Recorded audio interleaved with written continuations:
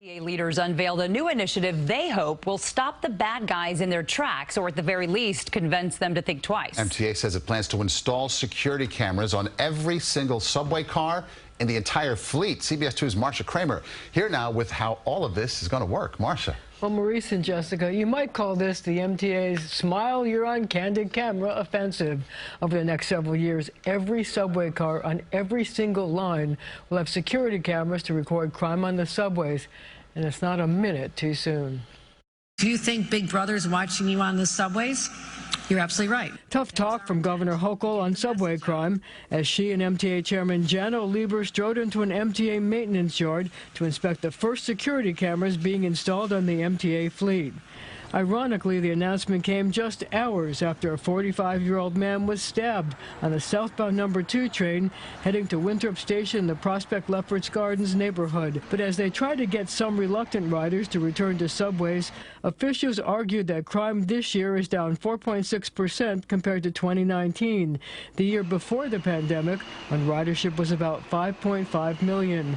But the assertion that crime is down was challenged by reporters, pointing out that NYPD statistics show crime is up nearly 46% since January 1st, 1,618 incidents compared to 1,110 last year when ridership was 2.3 million. We're no way suggesting we're out of the woods, but in fairness to the public, we got to keep them posted because this is a matter of real concern. So here are the numbers. 6,455 subway cars will each have 2 cameras.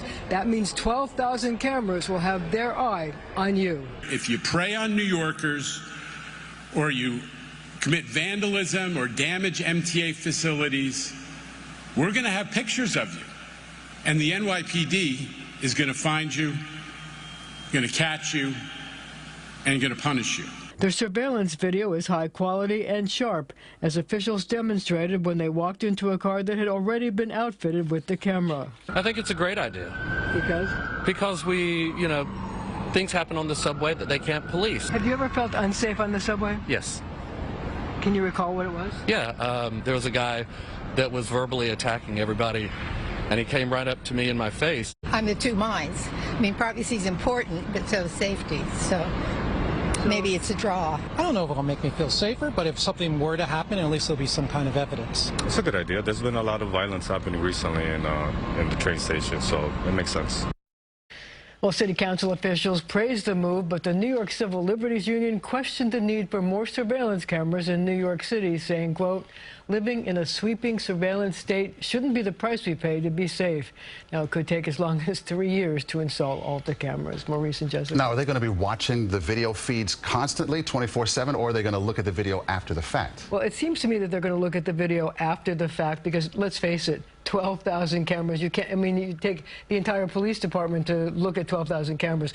But you know what Janno Lieber said today was they get 5 or 6 felonies a day. I guess when they're committed, they'll look at them, they'll timestamp them, they'll have some evidence. Have some evidence. All right. Thanks.